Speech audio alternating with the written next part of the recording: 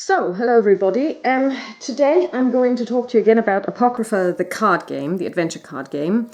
The reason why I'm doing it is because I will have to redo all of my playthroughs that I've posted so far, because I've now come across this, which is the living, breathing rules, which are quite different from the actual rules that are shipped with the game.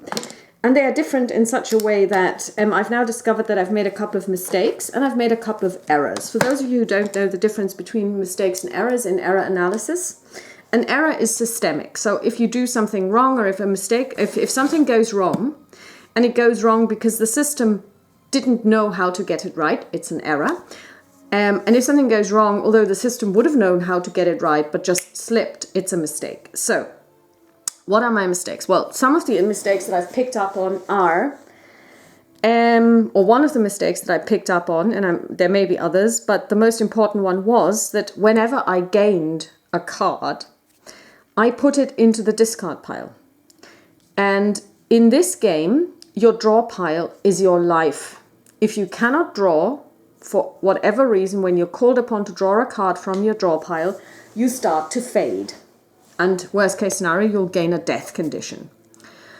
So whatever I did was, whenever I acquired a card during the game, I would put it in my discard pile, whereas I should have put it in my draw pile. So I should have recycled it, put it at the bottom. I didn't do that, which meant that in some cases I was doing myself a very big disservice. That was a mistake because it's in the rules, but I overlooked it.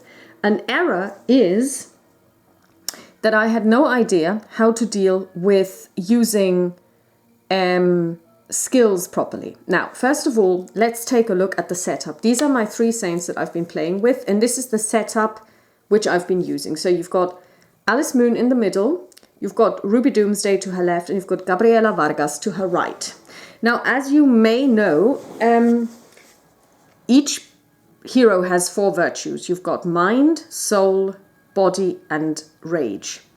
And for each of these, they have a value. So for example, Alice Moon has 4 in mind, 3 in soul, 1 in rage, and 3 in body. So whenever she's called upon to make a check in one of her virtues, she would roll the relevant number of dice.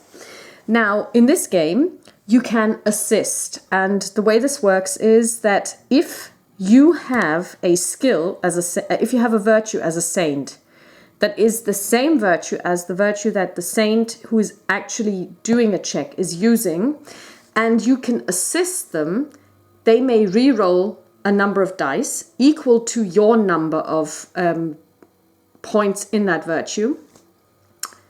But, very importantly, only under certain conditions. If you are at the same nexus, you can assist someone with a check in the virtue that is at the top of your card. So if Ruby Doomsday, or let's say Gabriela Vargas and Ruby Doomsday are at the same nexus, Gabriela Vargas is going to do a check for using body. She's got 3 dice. Ruby Doomsday could assist because she has the body skill as the top skill. Okay, so no problem there. You mutate the card, she rolls her dice, and then Ruby Doomsday can get her to re-roll up to 4 body dice, but she only has 3 dice. So usually she would only be able to re-roll those 3. However, if she, for example, were to play the Bruiser, which adds 1 body dice, you could re-roll all 4. If you want to, if Gabriela was using her own, her mind, which is at the bottom, for 3 dice, she could assist herself, because this bottom virtue can be used to assist yourself. You cannot use it to assist anyone else. So Ruby Doomsday could assist Alice Moon either with body if they're at the same nexus, or with mind. And why could she assist her with mind? Because of the horizontal alignment. So essentially, you can always assist your saint, the saint to your right, with the virtue that is on the right side of your card. So in this case, Ruby Doomsday can assist Alice Moon for a mind check with her mind of 2. She cannot assist Gabriela Vargas. Alice Moon could assist Gabriela Vargas, regardless of which nexus she's at, for her soul value. Gabriela Vargas, because obviously we're kind of like in a circle, would then be able to assist. And this is how I played. Again, they're not saying this in the rules at all, but this is how I have chosen to play it. Gabriela Vargas can assist Ruby Doomsday with her mind, with her body, because she's got 3 in body and it's on the right side of her card. Whereas Ruby Doomsday could assist Gabriela Vargas with soul, which is fine because Gabriela Vargas would usually only be rolling 2 dice, but Alice Moon could do the same thing. No one can assist Alice with, unless they are at the same nexus as she is, with rage or body, because she only connects to Gabriela with regard to soul and to Ruby with regard to mind.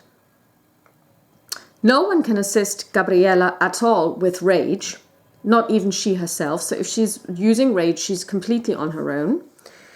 And that's one drawback.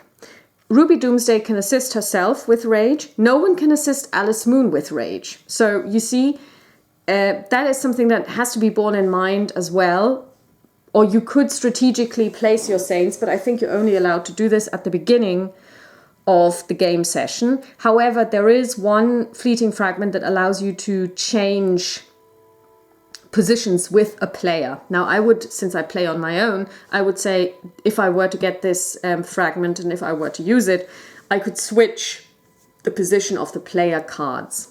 Okay, now my problem with using skills. So let's say we confront this card. It's the sea salt, the dead sea salt.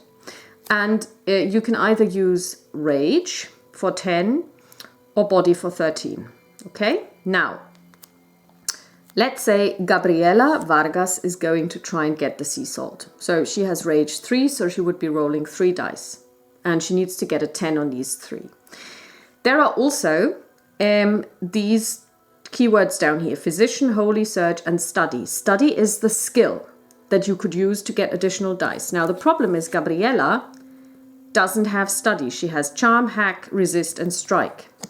So unless she boosts this with a card that adds rage dice, or let's say she uses the bruiser, then she could be adding a body die. She only rolls 3 dice. However, Alice or Ruby could play a card to help her. And if this card contains, and this is where I made a mistake, a skill that Gabriela has, like charm, hack, resist, or strike, she gets a bonus die. It's not the case that the card that these girls should be playing must have study. So when you are using a card from someone else to add a bonus die from a skill perspective, it's a skill that you must have, and that is on the card that is played to assist you, not a skill that is present on the card that you want to acquire. I'm not understanding at all why they would choose this. I have no idea, because to me this sounds illogical. I would have said if they play a card that makes up for your lack of skill by providing you with a skill that you don't have, i.e. a skill that is required for this particular card that you want to acquire, or the challenge that you want to overcome. But okay. Also, what I didn't know was you can't use all of your skills. So I would have used, for example, Alice Moon. I recall she has Study 2 and Charm 1. So she confronted a challenge, and this was Study and Charm, and I gave her 3 dice. I should have chosen one of her skills only. It doesn't say that in the rules at all. It does say it in these rules. So I think probably that didn't make such a big difference. But this one down here did, because I would have tried to find cards that would have had the study skill to help Gabriela Vargas get this dead sea salt. There are very few. So I'm pretty sure that I lost against challenges or didn't acquire cards that I should have acquired if I'd used the skills correctly. So having said all of this, I do want to replay the games also for one more reason. There is the thing that is called the halo. Now the halo, and I'm going to show you a full halo. The halo is something that you use to express something about the hero. Each hero, and here I've chosen to use the arcana that are associated with all of our heroes as the middle card, so as to identify them. So that's the Empress, that would be Alice Moon. The halo is 8 cards surrounding your hero.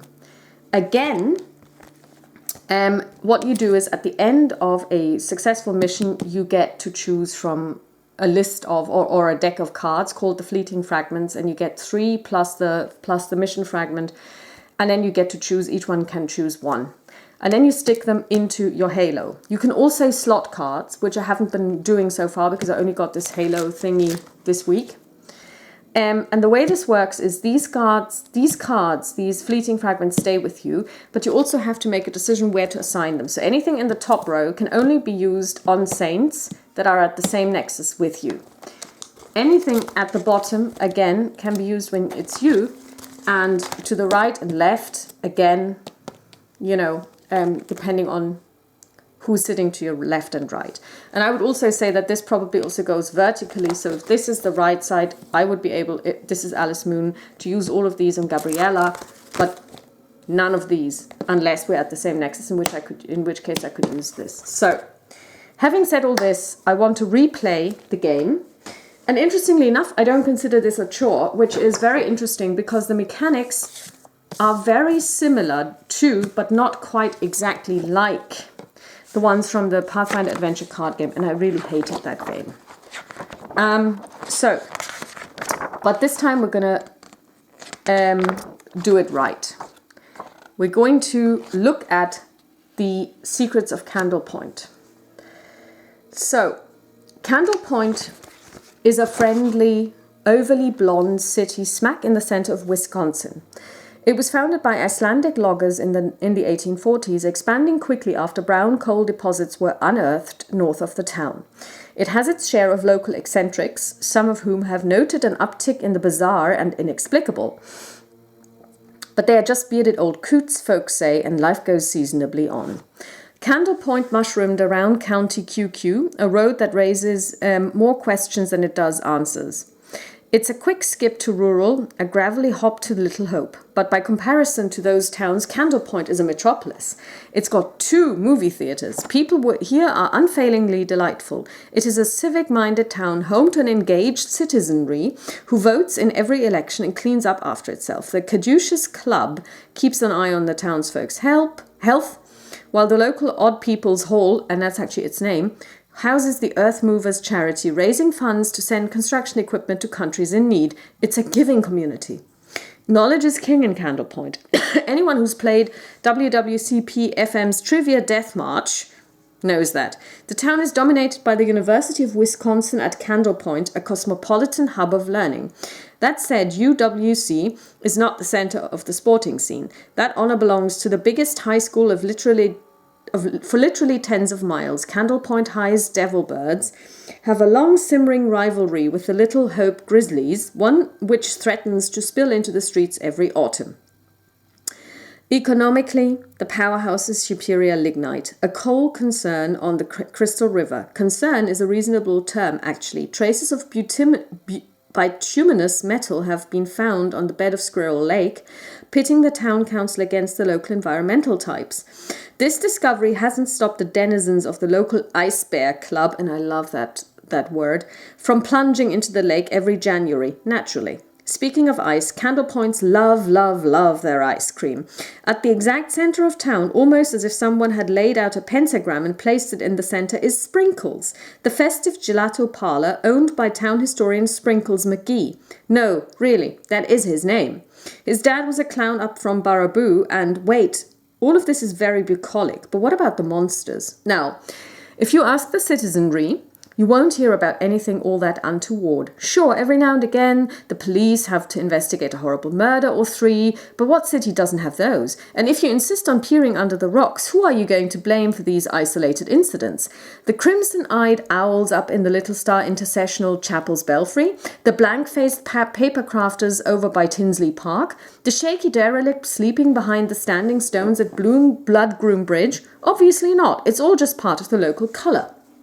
But if you ask Mr. McGee, though, you might get a different sense of things. Sprinkles doesn't believe all the legends, but he does know them. He can tell you why the children fear Christmas. There's an old Icelandic tale, stuff and nonsense natch, of the troll woman Gurula, who cooks children in her porridge pot, and her sons, the Yule lads, who peer down transoms and commit acts of licentiousness like leaving stones in kids' shoes.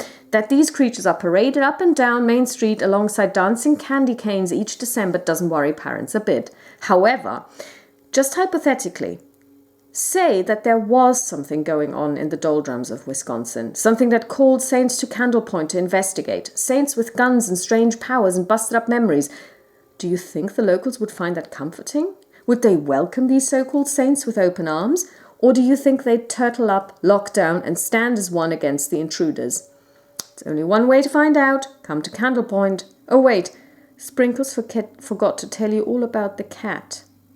So now we've got a couple of chapters, 9 in total. And usually you would say you start from the top, and that's top left-hand corner, that's taking the plunge. However, I would suggest not to do this because it is a very unusual set.